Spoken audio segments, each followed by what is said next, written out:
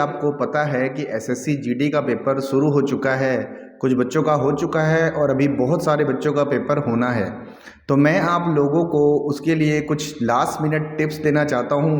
दोस्तों देखिए, जितना भी आपने पढ़ लिया है अभी तक, आप उसके ऊपर कॉन्फिडेंस रखिए। और कहते हैं कि पेपर शुरू होने के 3 दिन पहले, मतलब जब 3 दिन रह जाएं, तब आपने कुछ भी नया नहीं पढ़ना है। जो भी आपने अभी तक पढ़ा है उसके ऊपर विश्वास रखिए और उसी को रिवाइज करते रहिए, चाहे वो मैथ है, रीजनिंग है, जीके है या इंग्लिश है। और उसके बाद आपने क्या करना है, 2 दिन पहले आपने बैठ करके रीजनिंग के सारे रूल्स और फॉर्मूले रिवाइज करने हैं। और जब पेपर से 1 दिन रह जाए तो पेपर से 1 दिन पहले आपने मैथ के जितने भी फॉर्मूले हैं, सारे के सारे फॉर्मूले रिवाइज करके जाने हैं अपने पेपर के अंदर। क्योंकि देखिए दोस्तों, अगर मैं पेपर देने जाता हूँ और वहाँ पेपर में मान लीजिए प्रॉफिट परसेंटेज का फॉर्मूला आता है कि मुझे प्रॉफिट परसेंटेज निकालना है, और अगर मैं पहले से फॉर्मूला रिवाइज करके नहीं गया हूँ तो फिर वहाँ बैठ करके मैं फॉर्मूला नहीं बना पाता।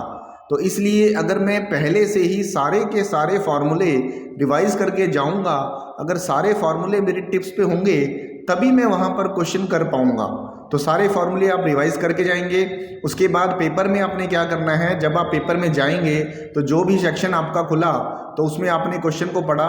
किसी भी क्वेश्चन को पढ़ करके आपने टेंशन नहीं लेनी है। अगर आप मान लीजिए आपको क्वेश्चन नहीं आता है तो आप थोड़ी देर के लिए उस क्वेश्चन को स्किप कर दीजिए, नेक्स्ट क्वेश्चन पढ़िए, उसे करिए। जल्दी से जल्दी आपने क्या करना है, हर सेक्शन जो भी आप कर रहे हैं उसमें जितने भी प्रश्न आए हैं उन सभी प्रश्नों में से जो जो प्रश्न आपको आते हैं सबसे पहले आपने वो करने हैं, और जो नहीं आता है उसको मार्क फॉर रिव्यू में डाल दीजिए, उसको आप बाद में कर सकते हैं। तो फटाफट जो जो क्वेश्चन आप इजी कर सकते हैं पहले वो करिए, उसके बाद एवरेज वाले क्वेश्चन करिए, और सबसे लास्ट में टाइम बचा करके टफ वाले क्वेश्चन कीजिए।